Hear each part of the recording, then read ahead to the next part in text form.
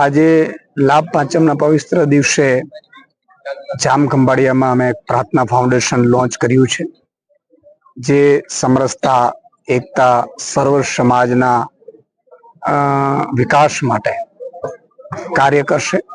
શૈક્ષણિક હોય, આરોગ્યને લગતા હોય, સમૂહ લગ્ન હોય, સમાજ સેવા હોય, બ્લડ ડોનેશન હોય, યુવાઓને માટે વિવિધ રમતોના ટુર્નામેન્ટનું આયોજન કરવાનું હોય, યુવા પ્રતિભા ખીલવાની વાત હોય, તમામ કાર્યો છે એ પ્રાર્થના ફાઉન્ડેશન કરશે.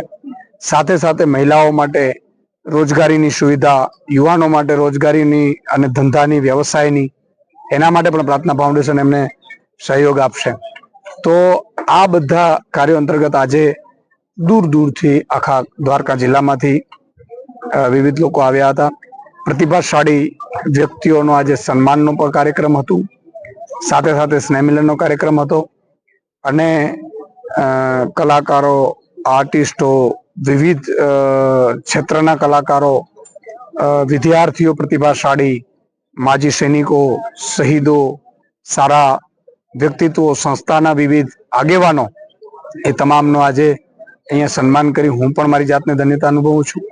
અને આ પ્રાર્થના ફાઉન્ડેશન એ તમામ વર્ગને, તમામ સમાજ માટે કાર્ય કરશે અને મને પૂરો વિશ્વાસ છે કે પ્રાર્થના ફાઉન્ડેશનની આખી ટીમ આગામી એકાદ વર્ષમાં ખૂબ પ્રતિભાશાળી વ્યક્તિઓ માટે મદદ કરશે. બાળકોને શિષ્યવૃત્તિની વાત હોય, ભણવાની વાત હોય, કેમ્પોની, સેમિનારોની વાત હોય, વિદ્યાર્થીઓને શિક્ષણ ક્ષેત્રે ક્રાંતિ લાવવાની કે કયા ફિલ્ડમાં જવાનું એની વાત હોય, આ બધામાં ખૂબ સારું કાર્ય કરશે, એવો મને પૂરો વિશ્વાસ.